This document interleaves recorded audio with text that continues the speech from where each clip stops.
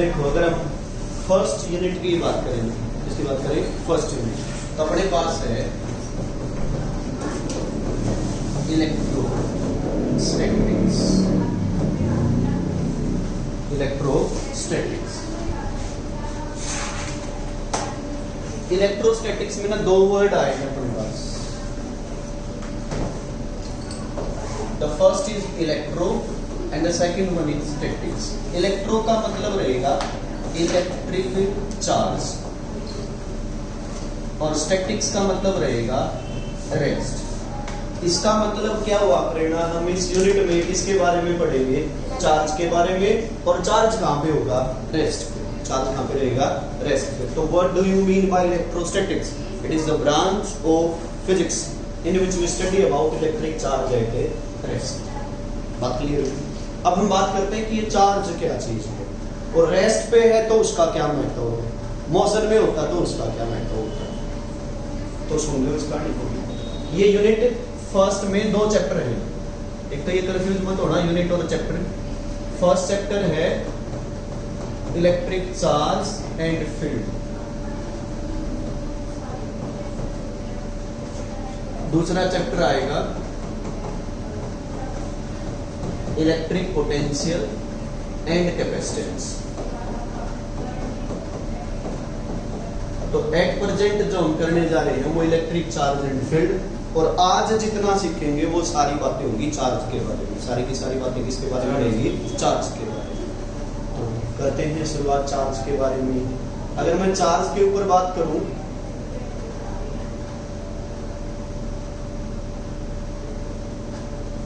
तो भाई चार्ज जो है ना, आपको अपने आसपास जो कुछ भी नजर आ रहा है, लोग क्या क्या देख पा रहे हैं आसपास, लाइट, फैन, फोन, एलईडी में भी दिख रहा हूँ, ठीक है, कॉपी, वॉच, बेंच। तो इन सब के पास ये चार्ज प्रॉपर्टी है। एक तो दो वर्ड से कंफ्यूज मत होना, एक वर्ड आएगा चार्ज और एक वर्ड यूज करेंगे चार्ज बॉडी।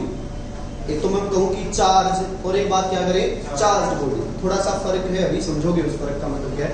तो हम आसपास जो कुछ भी देख पा रहे हैं ना, सबके पास ये प्रॉपर्टी है जिसका नाम क्या है, इलेक्ट्रिक चार्ज। इसके लिए हम एक वर्ड यूज कर लेते हैं, it is the fundamental property. It is the fundamental property, या उससे भी एक अच्छा वर्ड इसके लिए यूज किया जाता है, इंट्रिंसिक। क्या वर्ड यूज किया जाता है, इंट्रिंसिक। प्रेरणा अभी लिखो मत, फिर लिख लियो सारा, एक बार समझ लो। तो इट इज इंट्रिंसिक प्रॉपर्टी। क्या है ये, इंट्रिंसिक प्रॉपर्टी ऑफ एवरीथिंग, जो कुछ भी हो, सजीव निर्जीव जो कुछ भी। इंट्रिंसिक मतलब अगर बॉडी है तो उसके साथ जुड़ी हुई है, जिसको आप सेपरेट नहीं कर सकते, उस बॉडी से मतलब जुदा नहीं कर सकते आप। ये पेन है, इसके पास चार्ज है, जब तक पेन है तब तक चार्ज रहना है। ये चेयर है, इस चेयर के पास ये प्रॉपर्टी है जो इसके साथ जुड़ी हुई है। जन्म से ही जो चीज है, बॉडी एग्जिस्ट कर रही है तो उसके पास चार्ज है, उसके पास क्या है, चार्ज है। उसके लिए हम वर्ड यूज कर लेते हैं इंट्रिंसिक, जो उससे जुदा नहीं की जा सकती है, उसके लिए वर्ड क्या होता है, इंट्रिंसिक वर्ड। फंडामेंटल प्रॉपर्टी है, जैसे अपने फंडामेंटल राइट्स है, पैदा होते ही वो अपने अधिकार है मतलब अपना, तो ऐसे ही ये एक इंट्रिंसिक प्रॉपर्टी है, फंडामेंटल प्रॉपर्टी है किसकी, of all particles of matter.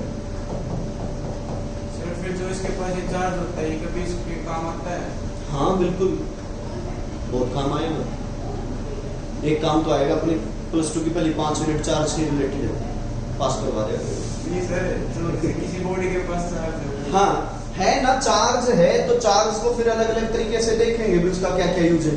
Photocopy की मशीन होती है, उसमें भी चार्ज का लेना देगा, तभी वो फोटोकॉपी कर पाती है।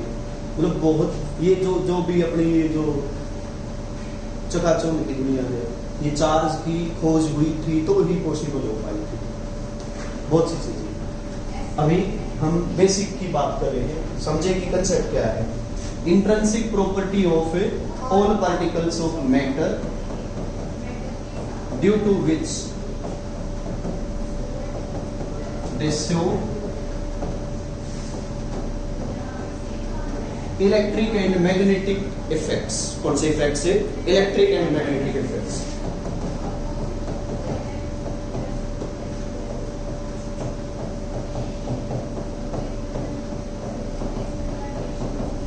तो ऑब्जेक्ट्स के पास इलेक्ट्रिक और मैग्नेटिक इफेक्ट्स जिस इंट्रिंसिक प्रॉपर्टी के कारण आते हैं वो इंट्रिंसिक प्रॉपर्टी का नाम क्या है?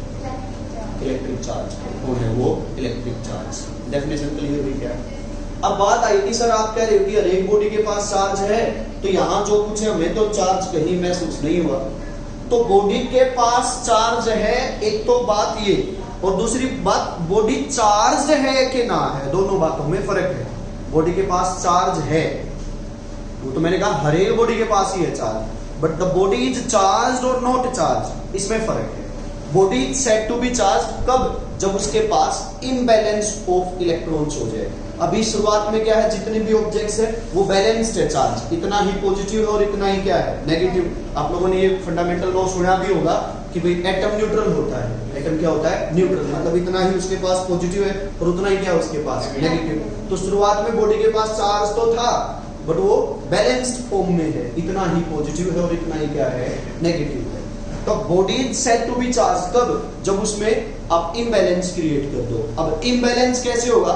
इलेक्ट्रॉन को ट्रांसफर कर दो। इलेक्ट्रॉन को क्या कर दो? ट्रांसफर। ट्रांसफर कैसे किए जा सकते हैं वो अलग अलग मेथड पढ़ेंगे हम, मेथड्स ऑफ चार्जिंग। अभी जो सबसे पहले बात आई थी कि रबिंग से, किसे?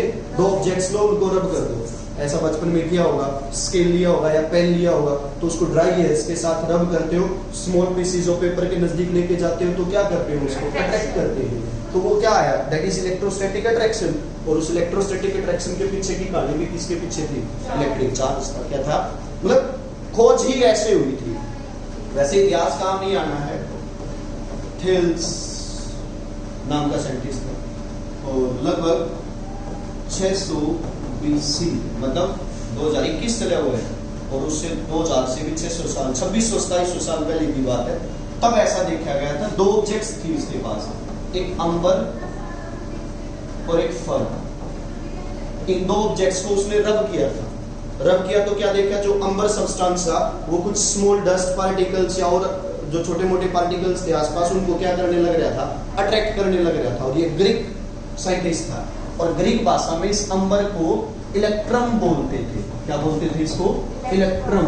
उस इलेक्ट्रम से ही ये वर्ड निकला था इलेक्ट्रिक। इलेक्ट्रम से कौन सा वर्ड निकला था? इलेक्ट्रिक। तो सबसे पहले जो खोज आई थी वो फ्रिक्शन से ही थी, रबिंग से ही थी। इसलिए कई बार ना बुक में जब आप देखोगे तो इसके लिए ये वर्ड भी मिल जाता है, फ्रिक्शनल इलेक्ट्रिसिटी। क्या वर्ड मिल जाता है? Frictional electricity. कि आपके पास वो चार्ज जो फ्रिक्शन से डेवलप हुआ है। पहले तो यही मानते थे कि चार्ज आ गया और वो रेस्ट पे ही रहना है, वो मूव नहीं कर सकता है। क्या नहीं कर सकता है? मूव। ऐसा माना जाता था। बट धीरे धीरे फिर जैसे जैसे कुछ और टेक्निक बढ़ती गई तो पता चला चार्ज को मूव करवा सकते हैं। चार्ज को मूव करवा सकते हैं तो करंट आएगा। अब करंट से क्या क्या पॉसिबल हो गया है वो हमने देख लिया है। करंट से फिर मैग्नेटिक फील्ड भी बना लिया, मैग्नेटिक फील्ड से फिर करंट बना लिया। तो शुरुआत यहां से हुई थी और इस सब्सटेंस से हुई थी। जोन की भाषा में क्या नाम था उसका? इलेक्ट्रम। तो वर्ड लिख दिया इलेक्ट्रिक चार्ज। और वो आया था वो वही डेवलप होगा। आप भी देख लेना ऐसे स्केल को रब करके स्मॉल पीसेस ऑफ पेपर के नजदीक, जिस एंड को रब किया है ना वही अट्रैक्ट करेगा, दूसरे एंड को लेके जाओगे तो अट्रैक्ट नहीं करेगा। मतलब डेवलप हुआ है वो वही रहेगा, रेस्ट पे है। इसलिए नाम आ गया था फ्रिक्शनल इलेक्ट्रिसिटी। और उसी को बोल देते थे पहले इलेक्ट्रोस्टैटिक्स की चार्ज किस में है? रेस्ट पे है। चार्ज किस पे है? रेस्ट पे। अब हम कहां से कहां पहुंचे हैं? हम बात करने लग रहे थे what is charge and what is the cause of charge. तो चार्ज का कारण मैंने बताया कि that is possible only by the transfer of electrons. किससे आ सकता है? ट्रांसफर ऑफ इलेक्ट्रॉन से। कैसे? इनिशियली हम बात करें सिर्फ रबिंग की बात करेंगे। किसकी बात कर रहे हैं? रबिंग की। तो कोई पूछ ले कि what is the cause of electric charge, तो cause of electric charge is transfer of electrons.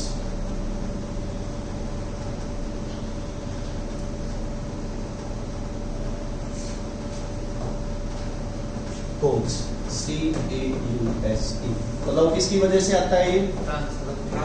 Transfer of electrons. अब एक बात सोचो प्रेरणा, ट्रांसफर हुआ है तो एक बॉडी पे क्या होगा? लॉस और नितिन दूसरी बॉडी पे क्या होगा? गेन।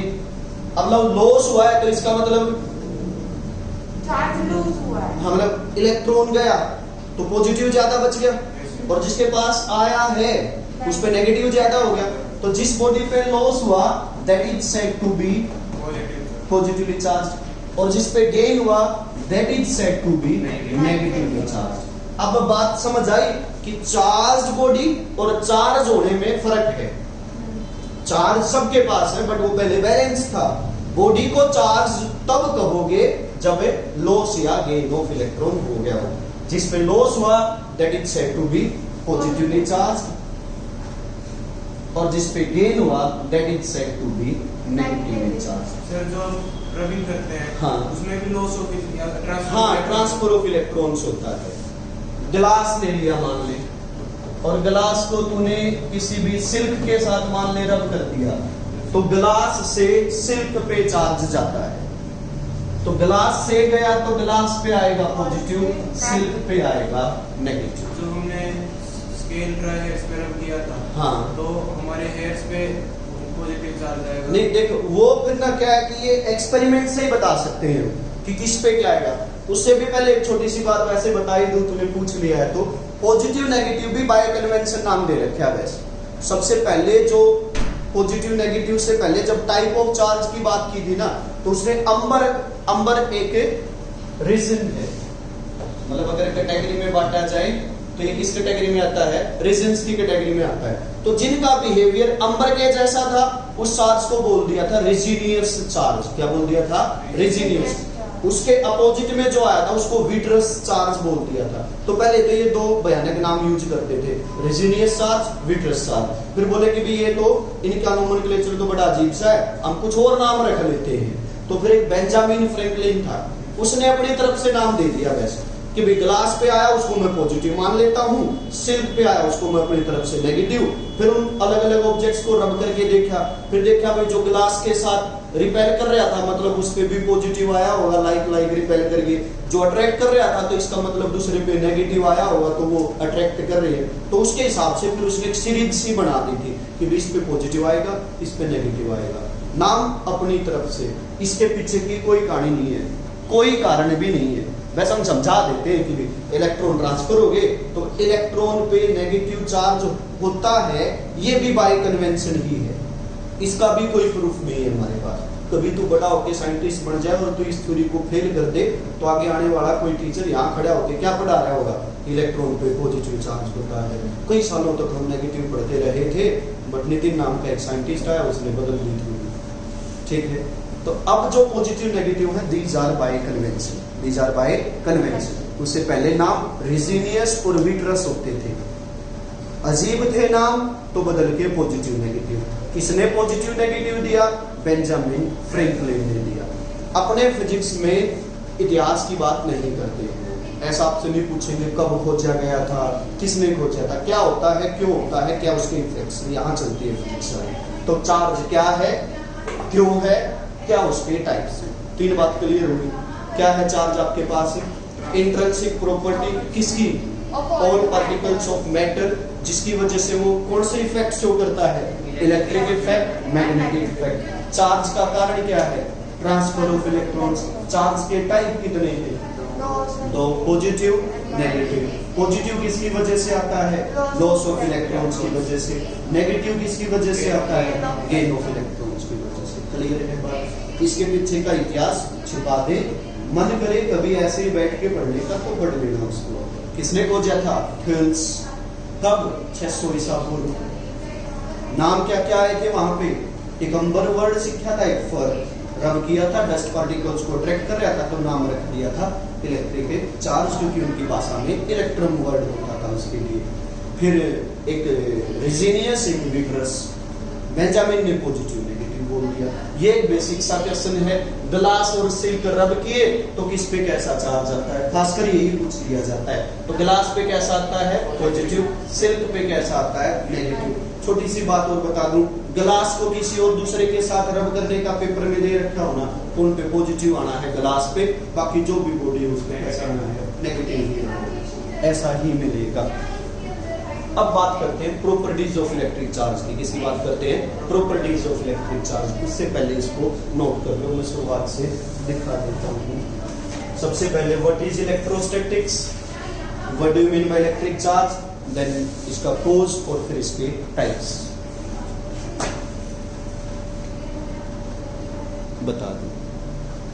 तो अगर हम चार्ज की प्रॉपर्टीज की बात करें, what are the properties of electric charge,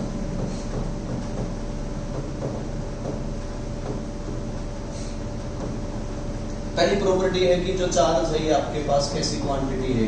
scalar quantity. क्या होता है स्केलर, शायद बताने की जरूरत है ना हो, वही बेसिक वाली बात। इसमें तो मैग्नीट्यूड होता है, डायरेक्शन नहीं होता। इसी के साथ जुड़ी हुई बात है, या उसको कुछ जगह अलग प्रॉपर्टी के तौर पे भी यूज कर लेते हैं कि charge is additive in nature. Charge किस नेचर का है? एडिटिव। एडिटिव का मतलब क्या है कि मान लो ये आपके पास एक सिस्टम है, इसमें बहुत सारे चार्ज है। चार्ज को Q से रिप्रेजेंट कर देते हैं कि भाई Q1 है, Q2 है, -Q3 है, Q4 है, -Q5 और कह दे भाई टोटल चार्ज बताओ। तो अलग अलग चार्ज का अलजेब्रिक सम कर दो। अलजेब्रिक सम का मतलब जो बचपन में जोड़ घटा सीखा था वो अलजेब्रिक एडिशन था। +1 क्लास में फिर आप लोगों ने वेक्टर सम भी सीखा होगा, ट्रायंगल लो, पैरेललोग्राम लो, पॉलीगन लो, उसको वेक्टर सम बोल देते हैं। और सीधा जोड़ जो है उसको वर्ड क्या यूज कर लेते हैं? Algebraic sum. तो चार्ज अगर टोटल निकालना हो तो it is algebraic addition of individual charges. Plus है तो बढ़ता जाएगा, माइनस है तो वो घटाते चलेगा। समझ गए क्या बात को? स्केलर है मतलब एडिटिव भी है। दूसरी बात चार्ज के बारे में आती है कि चार्ज कंजर्व्ड है। चार्ज को आप क्रिएट या डिस्ट्रॉय नहीं कर सकते हो। मैंने पहले ही बताया ना कि इंट्रिंसिक प्रॉपर्टी है, बॉडी है तो चार्ज है। फिर आया जी वो पॉजिटिव नेगेटिव आया तो था, अरे भाई आया नहीं था, वो तो आपने ट्रांसफर कर दिया था, उस वजह से आया था। एक पे पॉजिटिव एक पे नेगेटिव, ओवरऑल जोड़ोगे तो पहले भी 0 था और बाद में भी सम कितना मिलना है? 0 ही मिलना है। तो charge is conserved, that is it can neither be created nor be destroyed but can be transferred from one body to another body. कुछ बुक इसको दूसरी एक प्रॉपर्टी भी बना देते हैं कि चार्ज ट्रांसफरेबल होता है। चार्ज क्या होता है? ट्रांसफरेबल। उसको एक बॉडी से दूसरी बॉडी पे क्या किया जा सकता है? ट्रांसफर किया जा सकता है। क्लियर है? मास को ट्रांसफर कर सकते हो? मास को? मास नहीं। सोचिए, ठीक है। मास कंजर्व्ड होता है? नहीं, मास कंजर्व नहीं है। मास एडिटिव होता है? हाँ, हाँ होता है। ठीक है। ये सारी जितनी प्रॉपर्टी बताऊं ना, इनको घर जाके फिर सोचना चार्ज और मास में आपस में उनका कंपैरिजन करके देखना कि क्या क्या बातें सेम है और क्या क्या बातें अलग हैं। वो आपके सोचने का काम है। चौथी प्रॉपर्टी बड़ी इंपॉर्टेंट है भाई चार्ज के बारे में कि चार्ज जो है वो क्वांटाइज्ड होता है। चार्ज क्या होता है? क्वांटाइज्ड होता है। क्वांटाइजेशन वर्ड को समझने की कोशिश करें तो आप कुछ इस प्रकार से समझ सकते हो कि मान लो तेरे पास एक नोटों की गड्डी है और वो सारे नोट 500 के इसके हैं, 500 के, और तो नितिन को देने लग रहा है। मिनिमम कितना देगा? 500। हम 500 को एक बार x नाम दे देते हैं, x। तो मिनिमम कितना दिया जाएगा? x। 2 नोट दे देता तो 2x, 12 देते तो 12x, 812 देते तो 812x, n दे देता तो nx। क्या तो इसको 750 रुपए दे सकता है? एक 500 का दे दे, 500 का आधा काट दे, आधा रख लो। ऐसा नहीं हो सकता, मतलब फ्रैक्शन में नहीं जा सकता। सहमत हो इस बात से? सेम कहानी चार्ज की है। इस मनी को हम क्वांटाइज करेंगे। तेरे पास भी जितनी मनी होगी वो n × 500 होगी और n क्या होगा? कोई इंटीजर। इसके पास भी जो पैसा आएगा वो n × 500 होगा, n कोई इंटीजर होगा। n क्या होगा? कोई ना कोई इंटीजर। तो मतलब क्या हुआ? ऐसे चार्ज है। अब चार्ज आया किसकी वजह से था? Transfer of electron. एक इलेक्ट्रॉन के चार्ज को E से रिप्रेजेंट कर देते हैं। एक इलेक्ट्रॉन जाता तो एक पे +E आता और एक पे क्या आता? -E। 2 ट्रांसफर होते तो 2E, 3E, n ट्रांसफर होते तो ne। तो दिस इज चार्ज। किसी बॉडी पे प्लस मिलेगा और दूसरी पे क्या मिलेगा? माइनस मिलेगा। इसको बोल देते हैं क्वांटाइजेशन। क्वांटाइजेशन का मतलब डिस्क्रीट। क्वांटाइजेशन का मतलब है डिस्क्रीट। डिस्क्रीट मतलब अलग अलग पैकेट्स हो गए एक तरह से कि भाई 1E, 2E, 3 QUANTENE, that is a quantization. The charge on a body is some integral multiple of E. What is E? Charge on one electron. What is E? Charge on one electron, जिसका magnitude आपको पता है 1.6 into 10 की power -19 to 1 होता है. तो this is quantization. The charge on a body is some integral multiple of E, where what is E? Charge on a one electron. अब कोई कारण पूछ ले कि what is the cause of quantization, तो क्या बताओगे? अभी जैसे उस पैसे वाली बात पे आ जाए कि इसके पास जो पैसे थे वो 500 का इंटीग्रल मल्टीपल ही क्यों था?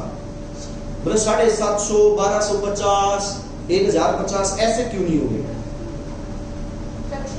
हाँ, फ्रैक्शन में नहीं जा सकते थे पैसे. सेम कहानी इलेक्ट्रॉन की है.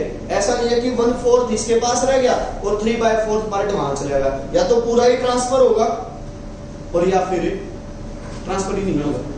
तो इलेक्ट्रॉन ऑलवेज ट्रांसफर इन integral number. Electron always transfer इन इंटीग्रल नंबर.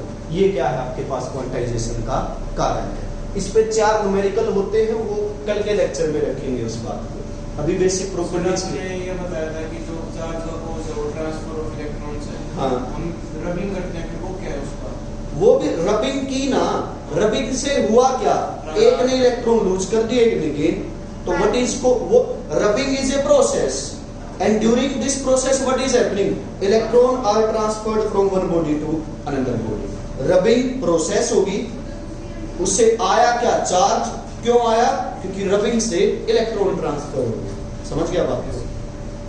तो पहले 4 प्रॉपर्टी क्लियर हुई, पक्की बात है. 5वां पॉइंट इसी से रिलेटेड अगर मैं बात करूं चार्ज से ही, तो अपने पास आता है कि जो अपना चार्ज है ना, ये इनवेरिएंट क्वांटिटी है. कैसी क्वांटिटी है? इनवेरिएंट. इनवेरिएंट का मतलब है कि ये स्पीड पे डिपेंड नहीं करता है. ये स्पीड पे डिपेंड नहीं करता है. मास, लेंथ, टाइम, ये 3 चीजें ऐसी हैं जो स्पीड पे डिपेंड करती हैं. कभी बड़ी क्लास में जाके जरूर पढ़ोगे. मास का तो थोड़ा बहुत सा कहीं ना कहीं पढ़ा भी होगा. m = m0 √1 - v²/c². Speed of the body है यहाँ ये v. ये स्पीड ऑफ लाइट है. ये मास जब बॉडी रेस्ट में थी, ये जब बॉडी मूव करती है तब का मास है. तो चार्ज इनवेरिएंट है. इनवेरिएंट का मतलब स्पीड पे डिपेंड नहीं करता. स्पीड के क्या है? ये इंडिपेंडेंट. उसके लिए वर्ड का यूज होता है इनवेरिएंट क्वांटिटी. क्लियर हुई ये बात भी? This is about charge. फिर एक फंडामेंटल लॉ आता है चार्ज के बारे में. क्या है वो फंडामेंटल लॉ चार्ज का? कि भाई जो लाइक चार्ज है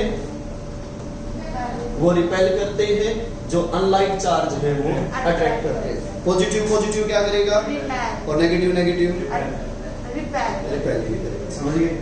पॉजिटिव नेगेटिव होता तो अट्रैक्ट. बट इसके ऊपर एक छोटा सा प्रश्न है. क्या है वो प्रश्न? समझेंगे, आएगा एक आगे. जब आएगा तब मैं ये बात याद दिलाऊंगा कि मैंने क्या कहा था. जब लाइक चार्ज रिपेल करते हैं, लाइक चार्ज अट्रैक्ट करते हैं, तो क्या लगाया था? क्वेश्चन मार्क का मतलब ये नहीं कि ये बात गलत है, बट इस पे थोड़ा सा चेंज आता है. कल के लेक्चर में तो तूने देखा भी होगा. हाँ, नहीं वो भी नहीं है, अलग सा थोड़ा सा नेक्स्ट समझेंगे उस बात को. तो लाइक चार्ज रिपेल करेंगे, अनलाइक चार्ज क्या करेंगे? अट्रैक्ट. एक लास्ट बात और सुन जाओ चार्ज के बारे में. चार्ज पार्टिकल ना अलग अलग स्टेट में होता है, उसका बिहेवियर भी अलग अलग होता है. रेस्ट पे हो तो अपने चारों तरफ जो फील्ड फैलाता है, मतलब जो इफेक्ट होता है उसका, वो केवल इलेक्ट्रिक नेचर का होता है. वो यूनिफॉर्म मोशन में हो तो उसके आसपास इलेक्ट्रिक फील्ड भी होता है, मैग्नेटिक फील्ड भी होता है. अगर वो एक्सेलरेट करना शुरू कर दे, इलेक्ट्रिक फील्ड भी होगा, मैग्नेटिक फील्ड भी होगा, साथ में से उसमें रेडिएशंस निकलेंगी, इलेक्ट्रोमैग्नेटिक वेव. क्या है इलेक्ट्रोमैग्नेटिक वेव? जो एक्सरे करवाते हो उसमें चार्ज की यही प्रॉपर्टी यूज होती है आपके पास कि वहां चार्ज पार्टिकल एक्सेलरेट करवाया जाता है. है, क्या करवाया जाता है, Accelerate. एक्सेलरेट करवाया जाता है। तो चार्ज के यूज है, धीरे धीरे हर एक यूनिट में आते जाएंगे। तो चार्ज अगर रेस्ट पे है तो उसके चारों तरफ केवल क्या होगा, इलेक्ट्रिक फील्ड होगा। अगर अपना चार्ज पार्टिकल यूनिफॉर्म मोशन में है तो इलेक्ट्रिक फील्ड भी होगा और मैग्नेटिक फील्ड भी होगा। अगर वही चार्ज पार्टिकल क्या कर रहे हो, एक्सेलरेट कर रहे हो या ओसिलेट कर रहे हो, तो उस दौरान क्या आएगा, इलेक्ट्रिक फील्ड भी होगा, मैग्नेटिक फील्ड भी होगा और साथ में इलेक्ट्रोमैग्नेटिक वेव्स भी रिलीज होंगी। क्या रिलीज होंगी, इलेक्ट्रोमैग्नेटिक वेव्स भी रिलीज होंगी। तो चार्ज के बारे में आज के लेक्चर में 10 बातें सिखाई हैं मैंने। क्या थी 10 बातें, what is charge, intrinsic property of all particles of matter due to which they show electric and magnetic effects. Property number 2 कि जो हमारे पास मतलब बात number 2, what is cause of charge, charge का कारण है ट्रांसफर ऑफ इलेक्ट्रॉन्स। बात number 3, type of charge, 2 type, positive negative. उसके पीछे एक बात और थी, रिजिनियस विग्रस, ध्यान रहे तो अच्छी बात, ना रहे तो और भी अच्छी बात। जितना कम बातें होंगी और अच्छी होगी तो वही सही है। चौथी बात आई फिर प्रॉपर्टीज में कि ये क्या होता है, स्केलर, एडिटिव, कंजर्व्ड होता है और क्या होता है, ट्रांसफरेबल है, क्वांटाइज्ड है, लाइक चार्ज रिपेल करते हैं, अनलाइक चार्ज अट्रैक्ट करते हैं, इनवेरिएंट है। और चार्ज अगर रेस्ट पे हो तो अपने आसपास इलेक्ट्रिक फील्ड फैलाएगा, यूनिफॉर्म मोशन में हो तो इलेक्ट्रिक फील्ड भी होगा, मैग्नेटिक फील्ड भी होगा, और एक्सेलरेट करेगा तो इलेक्ट्रिक फील्ड, मैग्नेटिक फील्ड, साथ में इलेक्ट्रोमैग्नेटिक वेव्स भी रिलीज करेगा। कर लो इसका, पक्की बात है।